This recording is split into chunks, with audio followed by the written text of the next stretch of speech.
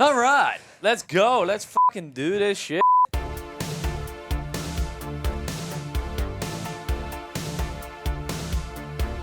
Hey everyone, and welcome to another episode of Movies Worth Seeing. On today's episode, I'm joined by Adi Ashura. Hi. Ashura.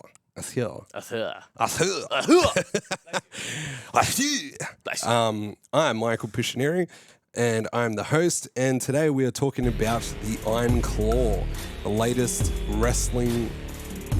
What do you call this? A biopic? I mean, it's based on a true story. Yeah. It's starring Zac Efron and everyone else's names I forget, but they're really good. I What's his name again from The Bear? What's his name? The dude from The Bear, like Jeremy Allen White. Jeremy Allen He looks White. like a beast. And Zac Efron. Zac Efron looks like a jacked Matthew McConaughey, like on steroids.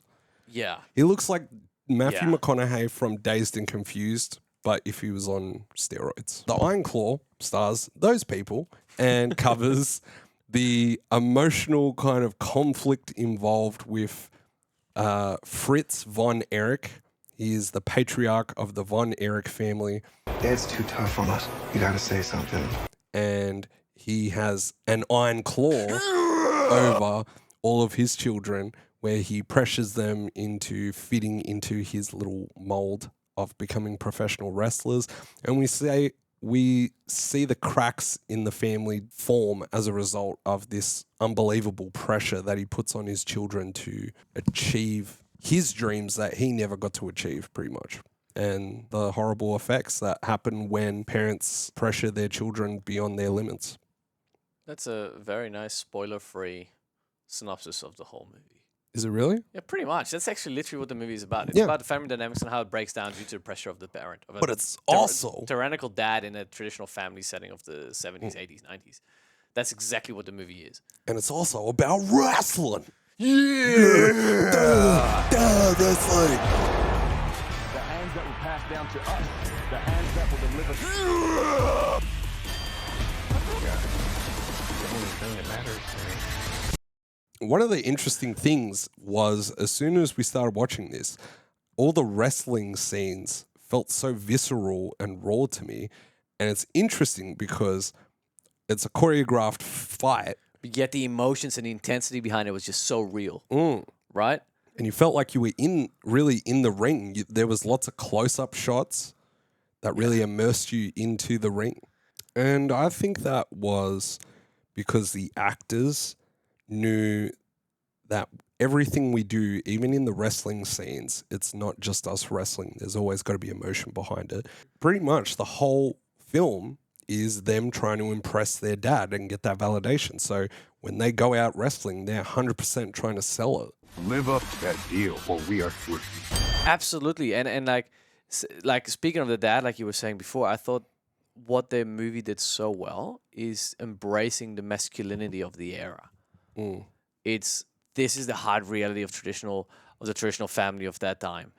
This is the harsh truth. This is just the way it is, and there was no sugarcoating it. It was just realism, and it was hard, real hard, real pressure from the dad to achieve his dreams.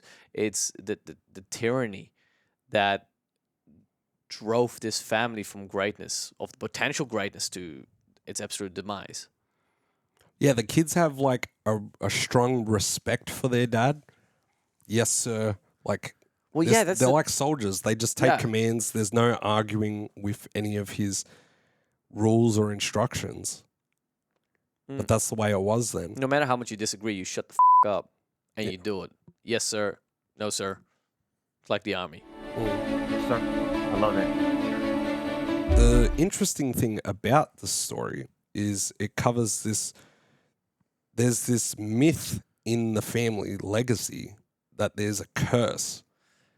And the whole movie, we see why they believe that there is actually a curse on this family because of all these tragic things that keep happening one after another. And you start to see how it affects them in that some of these people don't want anyone to be close to them because they're actually afraid that they're going to infect other people with their curse. I should have stopped him. Each child has their own fears, which is explored extremely well. For Kevin, it was the curse, right? Which gives him the issues in his life that he has.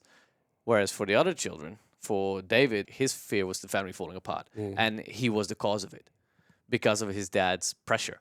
Yeah. Then you got Kerry, who just wanted to do the Olympics. He just wanted to do what his dream was, which was the Olympics and the discus. But gets pressured into Wrestling. in wrestling, and it was like a big honor for him. Well, it wasn't, but it is because it's of his dad. It feels like once the Olympics doesn't work, the father's just like, all right, you're coming to do wrestling, whether you like it or not. Yes, sir. I love that. Yes, sir. Yes, sir. Yes, sir. And And then you have, of course, Mikey, the little one. Yeah, well, wanting to make music in his life and follow the arts. But again, he went into wrestling because of the pressure of his family. And then he just want to go from music. And then guess what? He ends up in wrestling, and that becomes his demise as well. So everybody has their fear and has their dreams, but they have to give up their dreams, and they have to, just deal with the fear of the things that they don't want to do because of their tyrannical dad. this kind of reminds me now, the more we're talking about it, of previous scenes. And I'm thinking like, that makes more sense. Like, remember when, so we're getting into spoiler territory. Kevin's first date with Pam, they have a conversation and Pam says, what do you want in life? He's like, I want more ribs. Yeah. And then, even though We it's all want funny, more ribs. we had ribs after the movie. But there was like, now that I think about it, that was probably the first time anyone was like, what do you want to do with your life? Rather than just being, and it actually caught him so off guard. He was like, I want ribs. Yeah. So what do you want in life, Kevin Bonner? More ribs? I want to be with my family. I still can't get over the fact that he is going to be He-Man soon. He just looks like He-Man. He does. Here's a photo.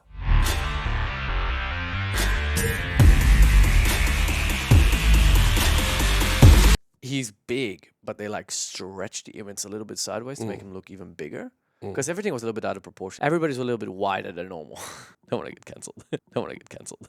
Don't want to get cancelled. Bro, Everybody was a little bit bigger than normal. You got to be someone to get cancelled, first of all. So I don't really care. Everyone's a fat. The music. How Interesting. good? How good was the music choice? Oh, like Rush and all these cool bands. Dude, went to the Lobster. It's so good. Oh, Don't Fear the Reaper by Blue Oyster Cult. The did Oh, you say? shit, the Lobster. Red Lobster. No, the Were you thinking of Rock Lobster? I was thinking Rock. What the Anyway, yeah, the song choices in this movie are fantastic because it's set in a time frame, a period of time when music was actually good.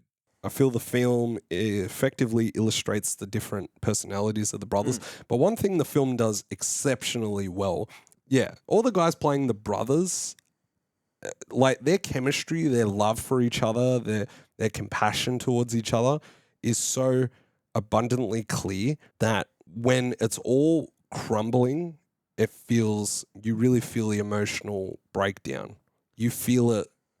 You feel like that sadness. There was manufactured competitiveness between them. Yeah, but even then, they weren't as competitive with each other. They were still very supportive. and that's what made it so good because like the dad is just not directly but kind of try to break their relationship as much as possible because he want to excel and want to excel and then the others live up to it. So he just tried to pull them apart from us in a way. Your job is to wrestle. And then, but their way of staying together and supporting each other is what made it so good. Yeah, Fritz von Erich has this weird strategy of like, I'm just going to focus on the top child, push the others- them up into the stratosphere, Get the others jealous. and then the others will get jealous and they'll all crawl up Yeah. to him. Which kind of worked. If you think about it, it kind of worked because they're all They're four all of them- dead except for Kevin, so it didn't Well, work. it worked to a degree. Like It kind of didn't work. no, it worked to a degree, but then they grew, and then Holt didn't. Yeah. Holt's character, right? What's his name? Fritz. He didn't grow, so he kept on putting the same pressure, even though the brothers were ready for something new, like for their dad to grow with them and accept the way everything is and just keep building on each other, because that's not their strength. But their dad kept pushing the same thing, and then eventually that cracked the relationship between the brothers, and that went wrong, right? But and also, even when a brother reached a level of success, they knew that I have to hold this success now forever.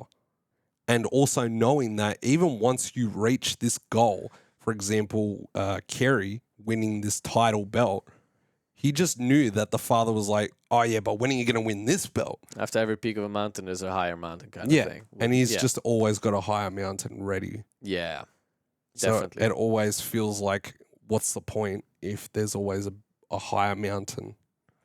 Yeah, exactly. I believed him. We all did. For a family to succeed, you need a balance from both parents. Yeah, and that's a very strong element in the movie. Yeah. That it's you need the woman of the house, the mother, to step up, take action, step up, stop the dad. Like there needs to be a balance between the mom and the dad, of the woman and the man of the house, to create, to give that safe space kind of thing as well, to grow. Not just a tyrannical dad of Keep going. you're better than him, so you should work harder kind of thing. It's like the mother step in and just give him a little bit of care. It's okay. Because the dad just created wounds, and the mom didn't heal them. And the first big scene where all of the children are sitting down together having breakfast, the father clearly says, Carrie's my favorite, then Kev, then David, then Mike. But the rankings can always change. I was like, what kind of a piece of just ranks their children, but also tells the children the ranking? And he's like, oh, hey, the ranking can change though. And the movie becomes this whole journey of, will this father ever realize that their parenting caused all of this? Well, the mother kind of realized at the end. But what The makes dad you doesn't. think she realized it? Because Spoiler alert, once again, when Carrie kills himself, she blames the dad. Like, that's why she's so distant. It's like, I didn't cook. I'm not hungry. I'm doing what I want to do. I'm not doing what you wanting us to do anymore, because look what it brought us. I love that tiny little scene, because the only thing you see is the dad coming home like always, but this time there's no food ready. He's like, what are we eating? And she's like, I don't know. It's like, have you made anything? No, I haven't. What are you doing? I'm painting. That's it. That's pretty much the whole dialogue. But that said so much, because she was like, I'm not fucking doing your chores anymore. Like, all that was just unsaid, but it was just in actions and the silence of it, right? But then you get to the very, very ending where between Kevin and his children, it's like they had to just say exactly what the message was. And it's like, not needed. You could get that message without the children having that shitty dialogue. Just let them cry, give them a hug. That's the same acceptance. You just don't have to fucking say it. Like, it was a really important scene. So for the kids to not nail it was disappointing, because it's like the last scene. It's so important. And Zac Efron's bringing it. He's bringing like emotional machine guns in that scene. And the other thing you reminded me of with the mother, remember how the mother was not in the shot? She was purposely blocked out. Yeah. How Yeah, good- she was out of his life. Yeah. Yeah. Oh my God. Yeah. You're right. Yeah. That's good. That was good. Yeah, like overall, I highly recommend The Iron Claw. I think if you love tragic movies similar to The Wrestler by Darren Aronofsky, or The Whale, another very similar type of film, like these depressing movies, but also there's a shining light at the end of the tunnel. And I think that The Iron Claw has something for everyone. Wrestling fans are obviously going to come to it to want to see wrestling history, but they'll also be entertained by the great chemistry between all these actors, the hard-hitting performances by Zac Efron and the guy from The Bear. Jeremy Allen White. Jeremy Allen White. Solid visual storytelling. 1 to 5. What would you? What score would you give the Iron Claw? 4.5. The only thing was similar to you. I felt like the ending just lacked a real punch. I'm more interested in seeing the real life footage of like how the was Kerry Von Erich wrestling with 1 foot, and what did he look like in real life? Or what did Kevin Von Erich look like? What did all 3 of them look like when they would wrestle in the Sportatorium in Texas? Like in those 3-way matches and stuff like that. That's what I'm more interested in. There you see it, Kevin Von Erich, the late Dallas. I would give it a 4.5 out of 5. Pretty good. Pretty damn near perfection, because I thought there was actually a lot of really, really, really good material in the movie. The only thing I would say, it did leave me a little bit of a sour taste at the very end. Like I was saying before, those kids, that final lines, it just was not necessary. The final scene between Doris and Fritz is so good because it sets you to think and realize, now that we're talking about it, what that scene actually meant. Final scene is chewed out.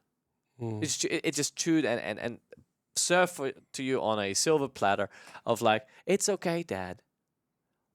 Everyone cries. I would give it a 5 out of 5 stars if the kids were just to be told to shut the fuck up. So this is what I'm getting, right? This is Addie's magical ending that he wanted. The father, Kevin, is crying by himself. The 2 children come up. What's wrong, Daddy? And he pile drives both of them through giant tables, flaming tables. That's what you would have ending it with liked. the iron claw. Yeah, gives the iron claw to both his sons at the same time and is like, shut the fuck up. Awesome. Awesome. If you enjoyed this video, please like, share, and subscribe for more videos like it. All right, guys, that is it from us. I was